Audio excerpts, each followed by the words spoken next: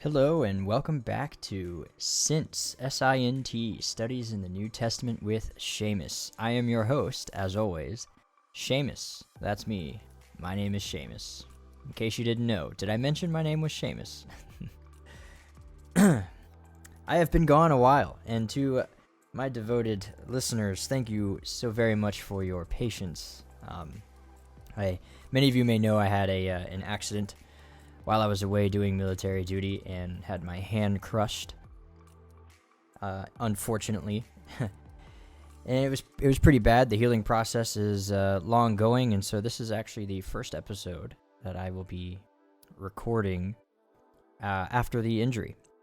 I've been in physical therapy now for a little over probably 8 weeks. Still can't grip anything quite yet, but we're getting there. Progress is being made.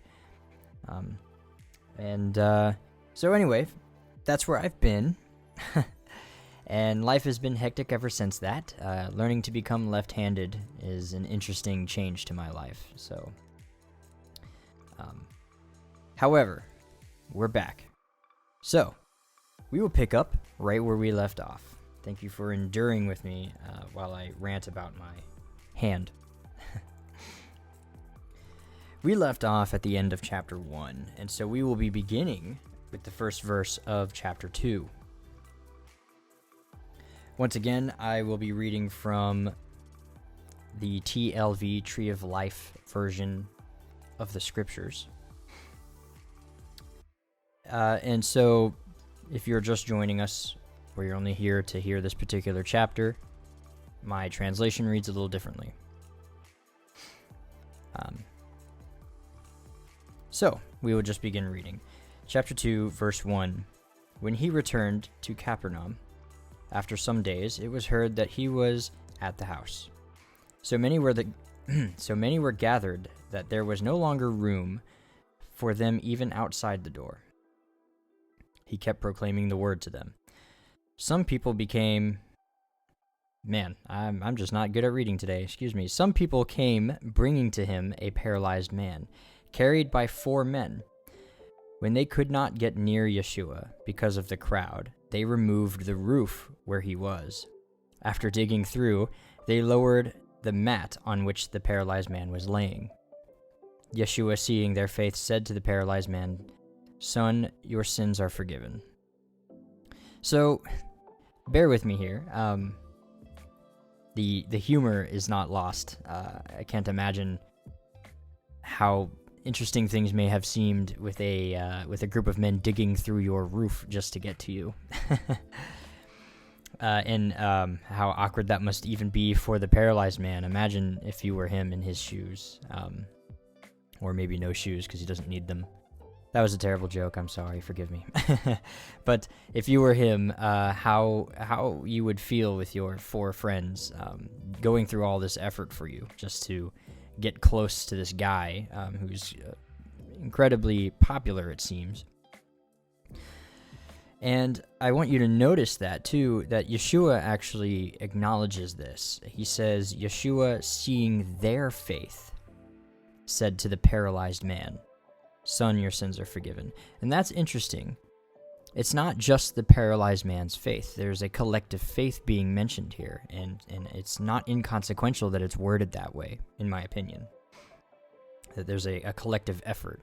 Faith, of course, in the Hebrew context, emunah, it's verb. It's very much faithfulness. It's something that you do. English actually doesn't really have a good way of rendering emunah properly. I get one way you could say it would be like faithing, but that's not a word in English. But to faith, like to remain steadfast. This is a concept I've gone over, I believe, before.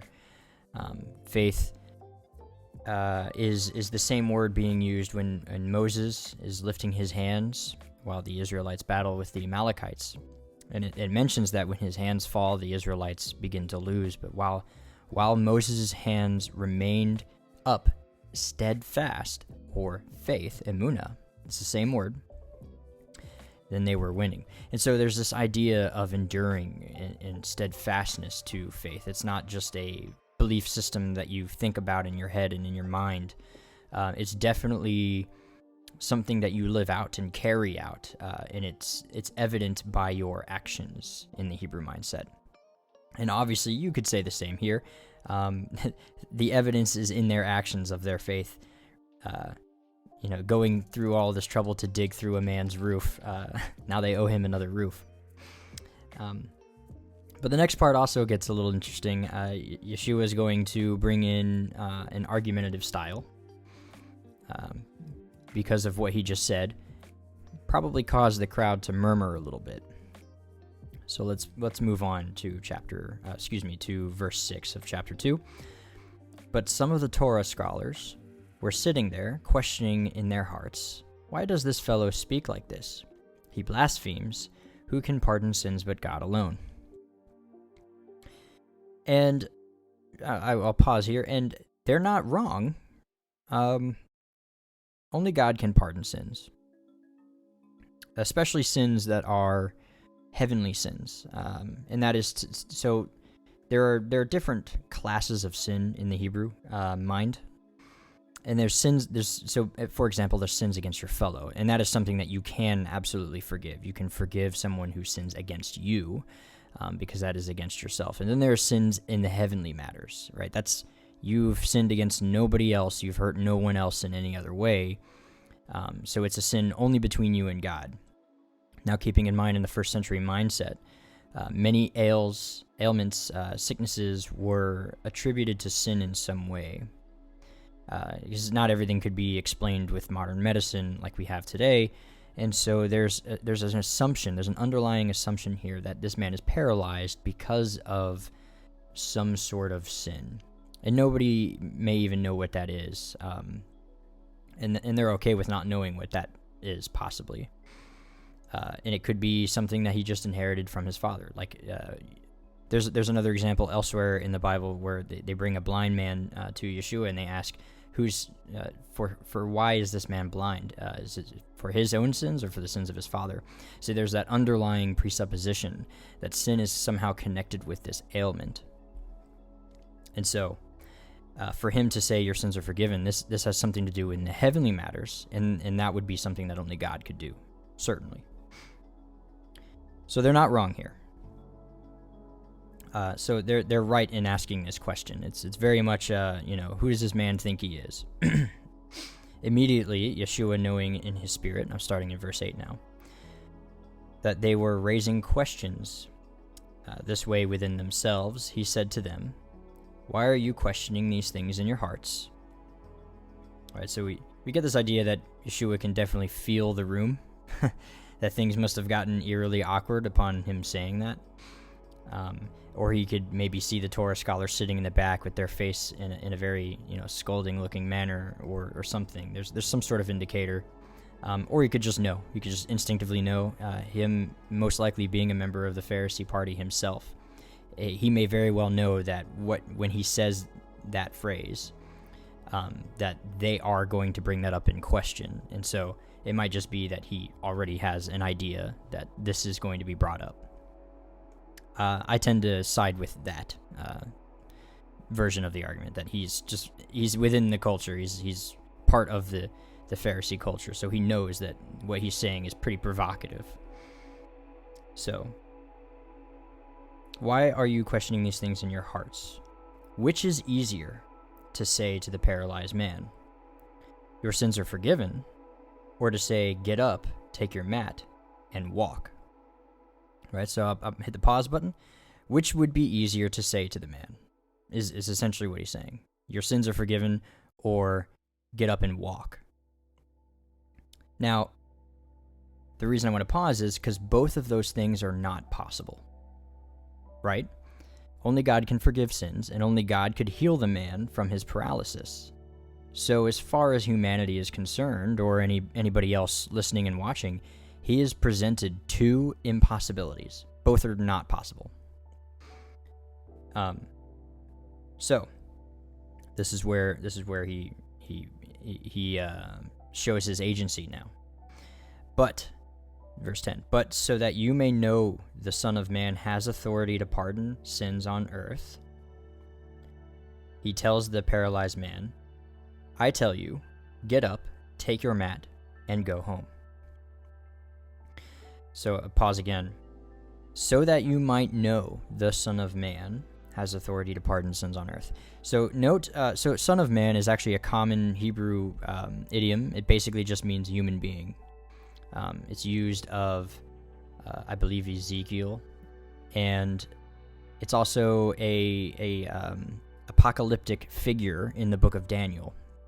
Some end times messianic type figure is referred to as the Son of Man. So this is a book of Daniel reference, basically. And that is not something that the Pharisees or the other Torah scholars would not know. They would most likely understand the reference being made here, especially since, to say Son of Man by itself is just human being, but he put the definite article in front of. So the Son of Man.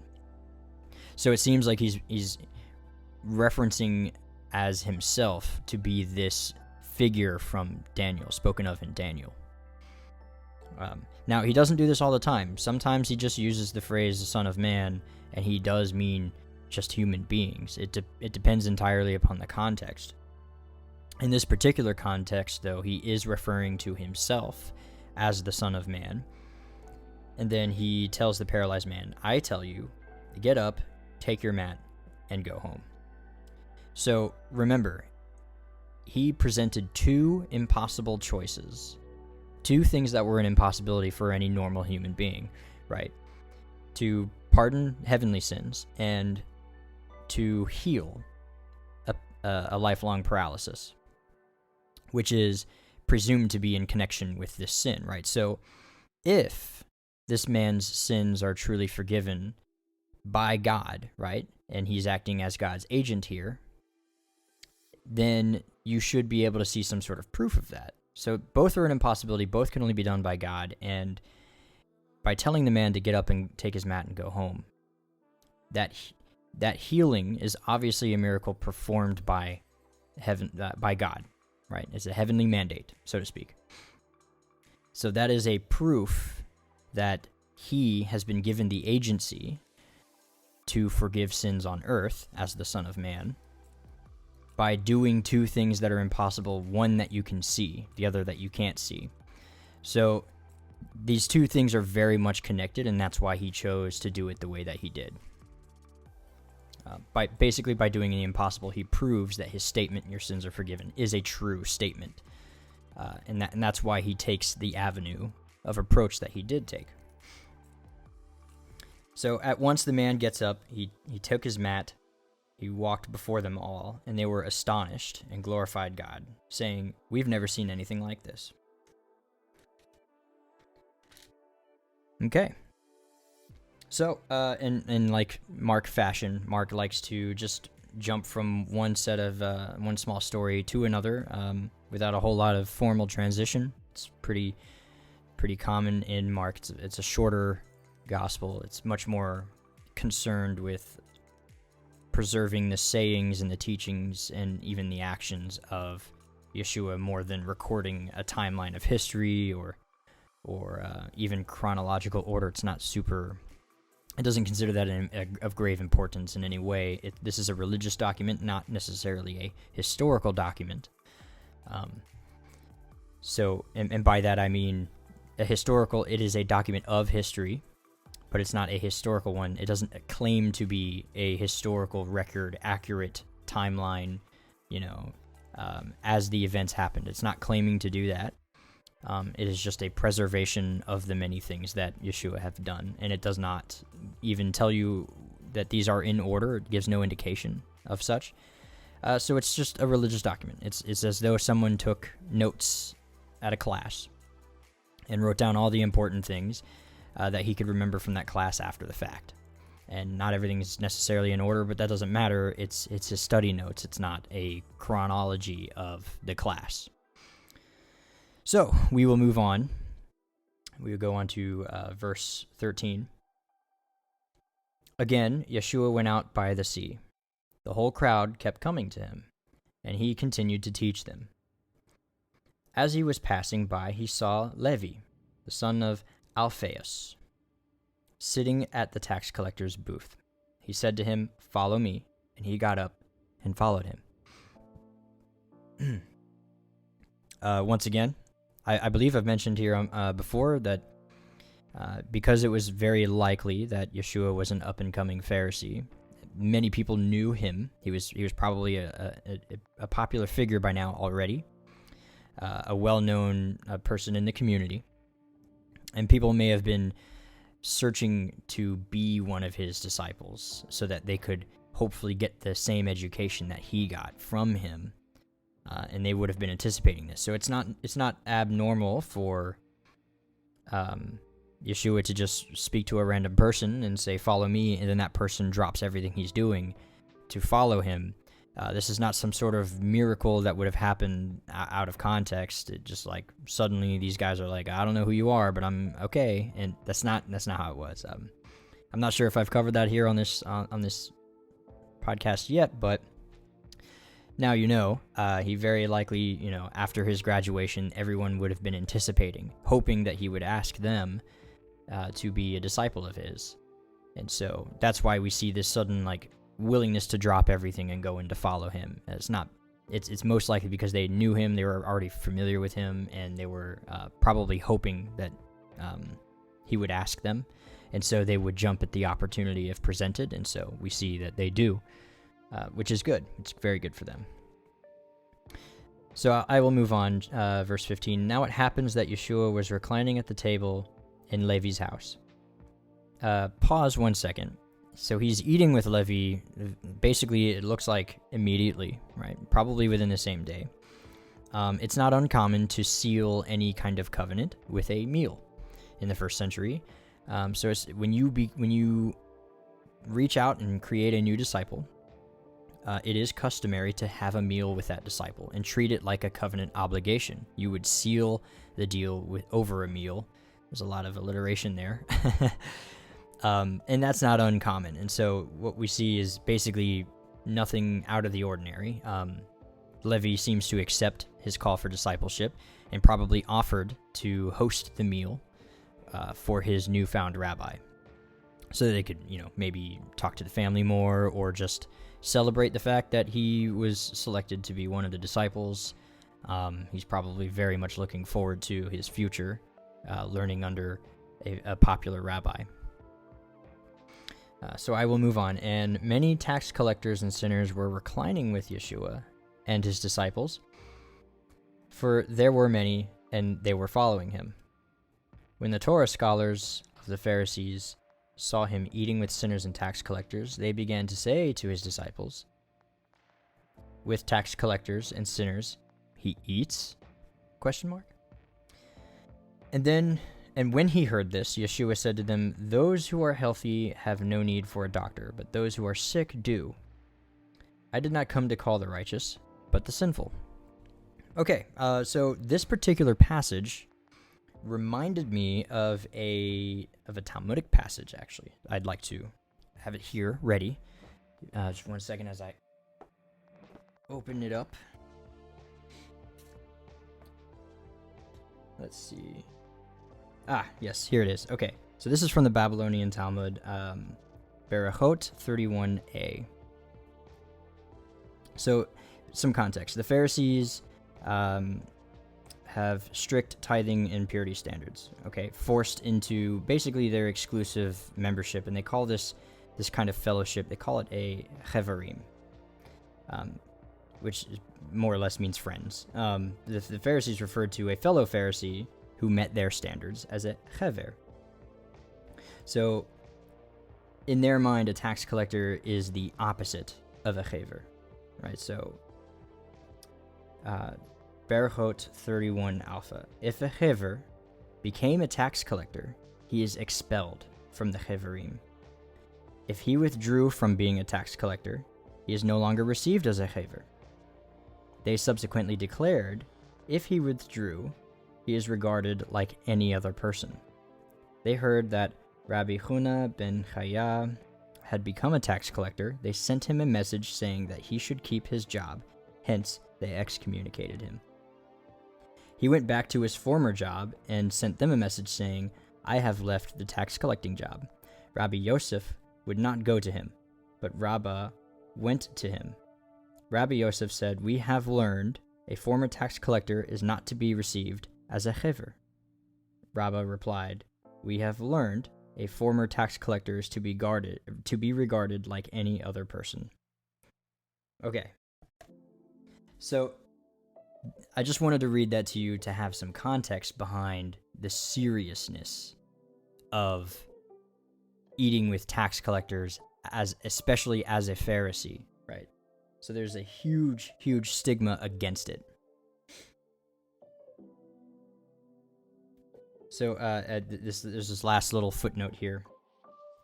This is actually coming from First Fruits of Zion's commentary from Chronicles of the Messiah.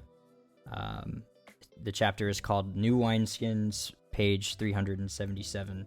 The Pharisees considered Yeshua to be a chever. That is, they considered him a fellow Pharisee. If they did not, they would not have invited him to eat with them, as they frequently do, especially in the book of Luke. Nor would they have held him to the standards of the Hevarim. His eating and drinking with tax collectors and sinners puzzled them, only because they expected him to maintain their standards. It was hard for them to respect the chever who would eat with a tax collector. So, that all to illustrate that there is, like, these are the lowest of the low, and there's actually there seems to be a presupposed standard against eating with tax collectors, associating with them in any way, and especially becoming one. And so this is not just, oh, he's eating with tax collectors and sinners, how dare he. It's worse than that. Now, tax collectors, most people may know a little bit of the history behind that. If your job is a tax collector, it's you don't make money except by stealing. So your job is to go around and collect the necessary taxes for the state of Rome in this case. Now, the state of Rome is expecting a certain amount of money from you, from all of your collections. But essentially, you pocket what they don't know about, as long as they get what they are supposed to get. And likewise, the people don't precisely know what level of taxes they should be paying, and so you will go around and you will collect more than you're supposed to, and you will give what you're supposed to Rome, and you will keep the rest for yourself. That's how you made a living, and it was seen as thievery, obviously, which is a very bad practice. We will move on. We probably will not get to verse 23 in this particular episode. I want to save that for next episode, because that Mark 2:23 to the end is one of my favorite passages, and I want to spend a lot of time on that. And we're already getting pretty close to the end of our time here, so I don't want to hold you guys up too long, but we will definitely get to that next episode, and I can't wait to do that one. So I will move on. We will start in verse 18. Now John's disciples and the Pharisees were fasting. They came and said to him, "Why do the disciples of John and the disciples of the Pharisees fast, but your disciples do not fast?" And Yeshua said to them, "The guests of the bridegroom cannot fast while the bridegroom is with them, can they? As long as they have the bridegroom with them, they cannot fast. But the days will come when the bridegroom is taken away from them, and then they will fast in that day. No one sews a patch of unshrunk cloth on an old garment." So actually, that's starting the next thought. I'll stop right there. The fasting thing. So it was actually pretty common. The Didache actually sort of cues us in here that I believe they fasted 2 times a week, something like a Monday and a Thursday, something like that. I might be totally wrong. I just know that there's like 2 days within the week that they typically fast, and the Didache even goes so much to say that in order to separate themselves from the other communities, they fast on different days, like a Tuesday or something like that. So it's a pretty common practice to fast pretty regularly. and it's not exactly in modern Judaism especially. So modern Judaism is obviously different from first century Second Temple Judaism, but modern Judaism actually now looks down on fasting too regularly like that. There's sort of this negative idea that you're prohibiting from yourself that which is permitted normally, as though the prohibitions that are already provided in the Torah are not enough for you, right? So aside from the fast days that are already prescribed in the Torah and in the rest of the Tanakh, there are 4 total fast days. There are 5 total, Yom Kippur being the biggest one, and then, of course, the 4 minor fast days. And they're called minor for that reason. They're not total fast days. They're usually just like fast from food. You can still have water. Some of them aren't all day. They may only be 12 hours. So they're minor fast, but it's still looked down to fast outside of those days because you're prohibiting yourself more than the Torah prescribes that is already permitted to against you. So it's not a good thing these days anymore. But back then it was regularly practiced, most likely because food isn't exactly plentiful in the old days. You can't exactly go down to McDonald's and get yourself a burger at will. And so it was common to fast first thing in the morning and not to eat until after you've said your your mincha prayers, your afternoon prayers, which was around noon, between noon and 3 in the afternoon for us. And that becomes an important fact when we talk about Peter in chapter 10 with his vision of the sheet. It says that he was praying at the hour of the mincha, the afternoon prayer, and he was very hungry. That's because he had not eaten the whole morning. And that was a pretty common thing to do. They would just fast until after the mincha prayer. That's actually where we get the term breakfast from. You break your fast with the first meal of the day, the breakfast meal. Little etymology lesson there for you. But, and of course he's saying they're in the presence of somebody very important. He's not outright calling himself the Messiah, but the bridegroom. And so fasting would just be inappropriate. So moving on to 21. No one sews a patch of unshrunk cloth on an old garment. Otherwise, the patch pulls away from the old, and a worse tear happens. And no one puts new wine in old wineskins. Otherwise, the wine will burst the skins, and the wine is lost.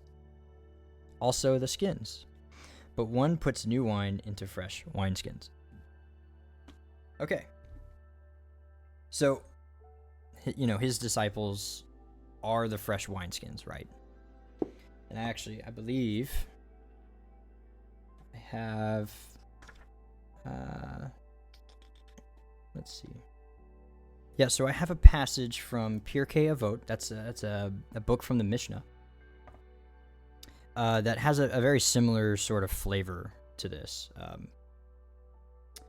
The only reason I'm bringing this up is because I commonly hear that, Jesus is basically, Yeshua is more or less comparing Judaism to Christianity, right? Like the new wineskins are the new disciples, so they're pulling away from Judaism and creating this new religion, Christianity, and that's why it's necessary to have new wineskins, right?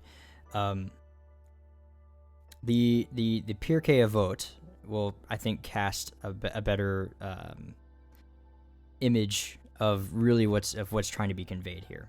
He's not making that compare and contrast. He's simply comparing students with other students, basically. I'll just go ahead and read it. This is Pirkei Avot 4:20. Elisha ben Avuya said, "He who studies as a child, unto what can be compared? He can be compared to ink written on fresh, new paper. But he who studies as an adult, unto what can he be compared? He can be compared to ink written on a smudged, previously used, and erased sheet of paper."